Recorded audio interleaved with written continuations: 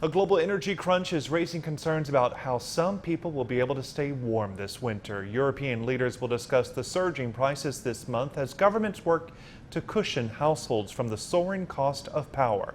Stocks of gas, coal, and electricity are all in short supply as economies recover from the pandemic and demand surges. Wang Haiyong has more. Winter is approaching the northern hemisphere, but millions of people across Europe may not be able to afford to heat their homes.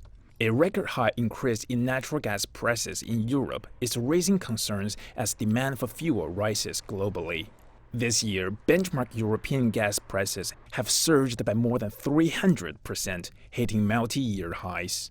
Pressure is mounting for the European Union to curb energy bills. The bloc says a toolbox of measures will be introduced to member states to tackle energy price spikes.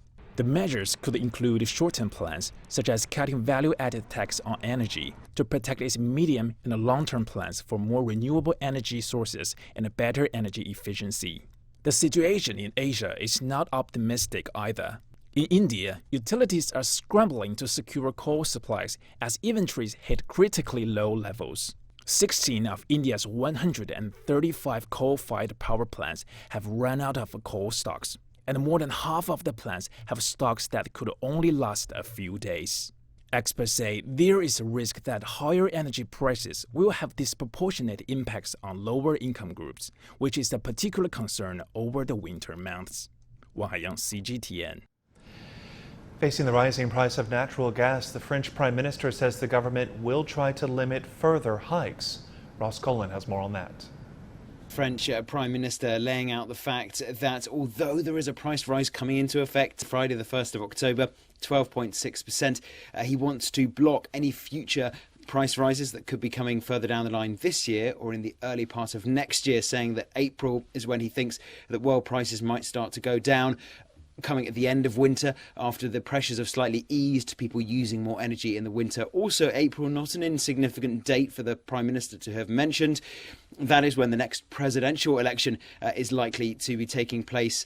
So when we get to March, that we're going to be well into the campaign, and we could see that issue become one of important prominence when it comes to energy policy and the discussions around the Department of Energy and what they are doing going forward. So that's why he's chosen April, coming at the end of winter, when he thinks world prices might be going down. Also, because the presidential election is coming out, we cannot forget that that's going to be taking place in April as well. We have heard Jean Castex speaking also about this pricing shield, a tariff shield he wants to bring in to protect consumers. But France really being battered now by this global gas supply, the shortage of stocks, the increase in demand as the economy is recovering quicker in France and in many other countries as well, recovering quicker from the COVID-19 pandemic than many people thought. That's spurring industrial demand, which spurs further demand as well for commodities like gas. So France, consumers really having to bite the bullet of this extra pay rise coming in now on the 1st of October, but hopefully there won't be any future price rises coming later this year or in the early part of next year.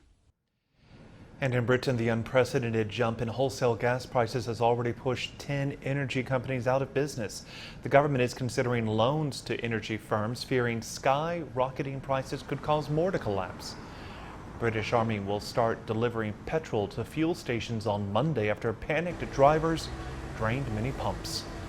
A lot of folks feared shortages of truck drivers could lead to shortages of fuel, as Nicole Johnston reports. The British government says the fuel crisis is under control. This doesn't look like it. The Petrol Retailers Association says almost 30% of the stations they represent are dry, with no petrol or diesel left to sell. But it's a mixed picture across the country. We've spoken to sites in Wales, for example, in Scotland and Northern Ireland, and they say that it's a very much improved situation. Fuel is readily available, but London and the South East have been impacted, I'm afraid, especially at some of the BP sites and Shell sites around London. However, both companies are actively working the situation, and we hope we can get some fuel back into the system in the coming days. This was the scene at a North London petrol station earlier in the week.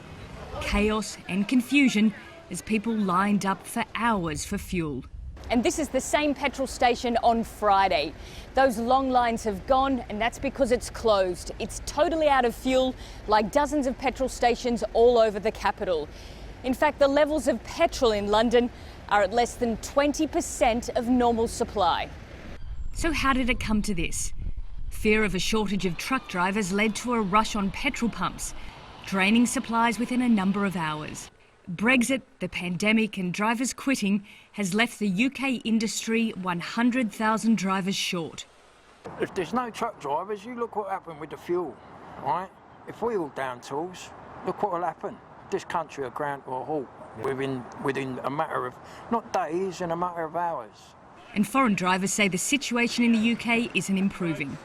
No one else has these kind of problems that you're finding here. It's because of Brexit.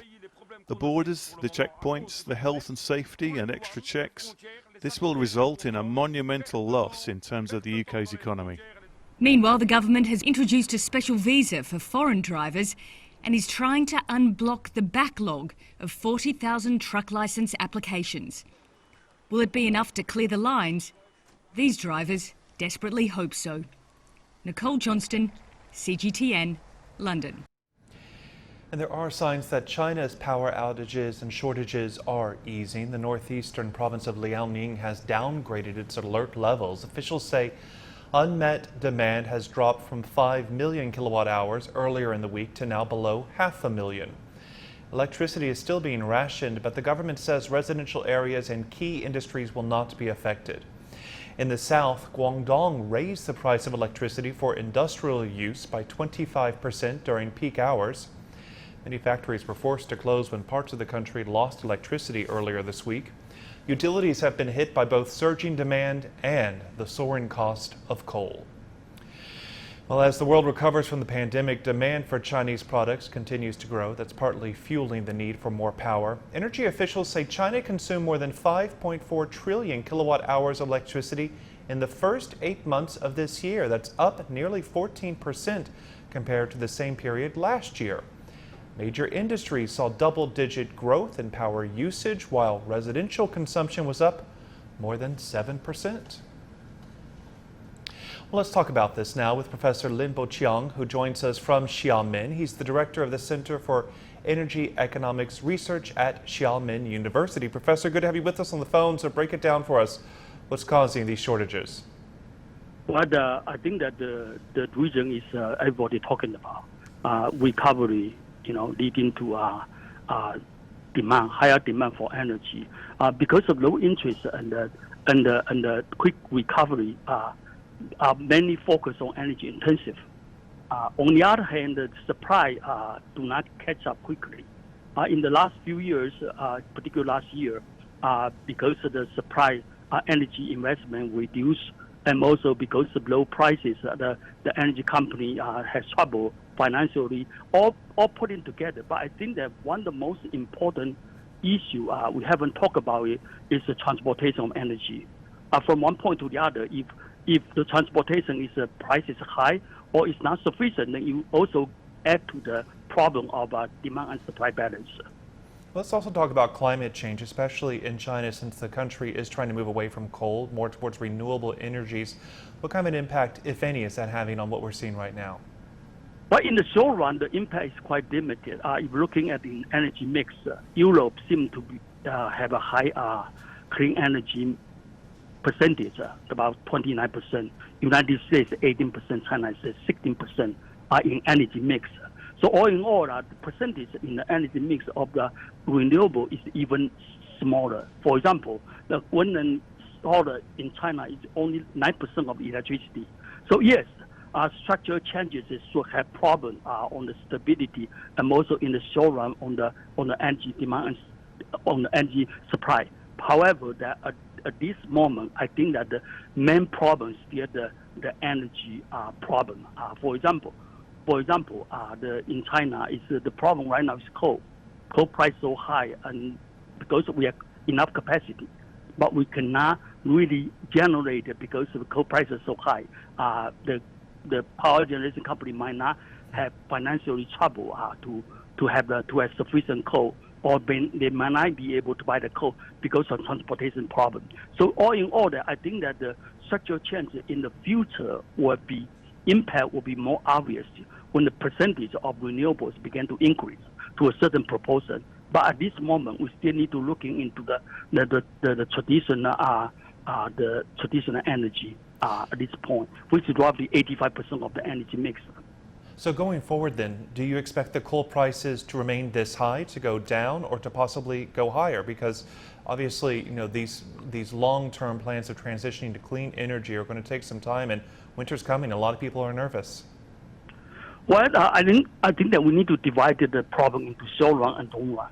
In the long run, for taking China as an example, coal have to reduce, no question about it. We're going to build a new electricity system.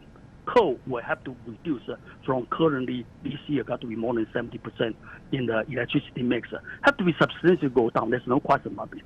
But in the short run, the coal have to be encouraged. Otherwise, you're facing shortage, particularly in northeast. You're going to winter, and it's real cold there. So right now, the whole heating system is mainly dependent on